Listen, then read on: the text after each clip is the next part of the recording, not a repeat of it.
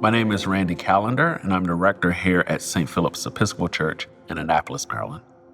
So I have been the rector at St. Philip's Church for almost 11 years. St. Philip's Church was started in 1870. And during that time, we know in history that blacks and whites were not worshiping together. And so when it was started by a predominantly white church. And so they started kind of a separate Sunday school program. And from that program grew the church, St. Philip's Church. It became a congregation. It started to grow and become larger and larger. And so we had a predominantly white church and a predominantly black church that were very close to each other, same denomination, but didn't worship with each other. During the 1960s, when this building was being built, some of our members didn't have anywhere to worship. And so they started going to that other church, and they remember the pastor at that time walking past them and not giving them communion. They remember stories of how people looked at them and how people treated them. And so those are the wounds that when I arrived here and said, hey, there's a church down the street, let's get together and worship together and have meals together, that I opened up where people were like, no, we're not ready for that. We say that, racism and issues happened in the 60s and so long ago. And yes, we're not fighting against a form of slavery, that chattel slavery that we had so long ago, but we're still fighting against racism. So we spent a lot of years working that relationship, and it was becoming stronger and stronger during that time. Now, while that relationship was healing and reconciling, that's when I overheard that there was a hate group meeting in the church that we were reconciling with. And when we heard that news, that kind of shattered some of that relationship at that time. And so that's when One America approached us and came in and helped to build that relationship. And I'll be honest with you, when I said I was going to meet with this group, I was going to come to the table with my own agenda. I was going to come thinking that, hey, I'm going to transform their hearts and minds. I'm going to change the way that they're thinking. I'm going to convert them into believing the way that I do. And I'm pretty sure they might have had the same idea, same thought. So what I love about One America is the very first gathering that we had with this group was not about an issue. All we did was build relationship.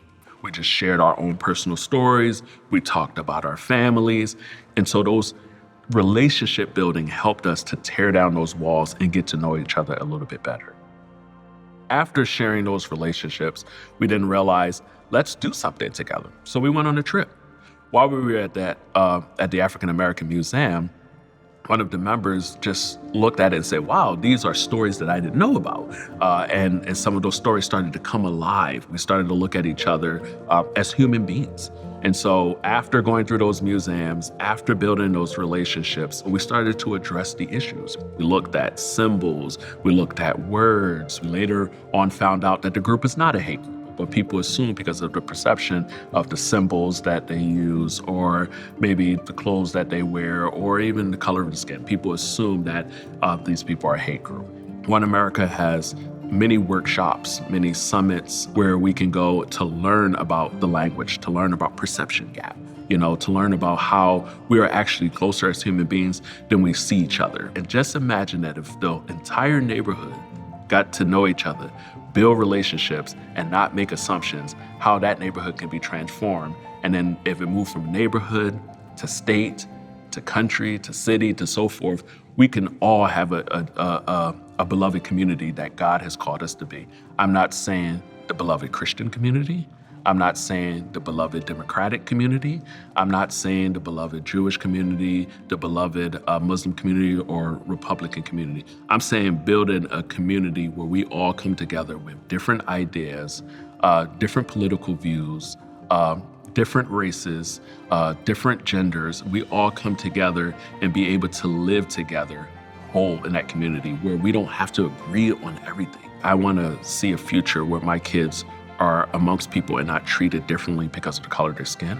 I want to see my children treated in a way of love, and I want to see my children be able to be in a relationship with all people. All we have to do is just have conversations with people who we see as different than we are. So I know a lot of my brothers and sisters are tired. I know a lot of my brothers and sisters feel as though we have been doing this work for years. Clergy, imams, rabbis, take a leap of faith.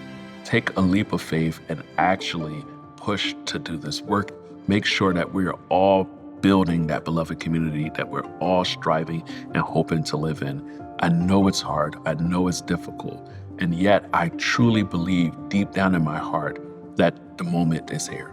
And so push to lead, push to build relationships, push to practice what we preach, and let's become that beloved community that we have all dreamed and strived to become.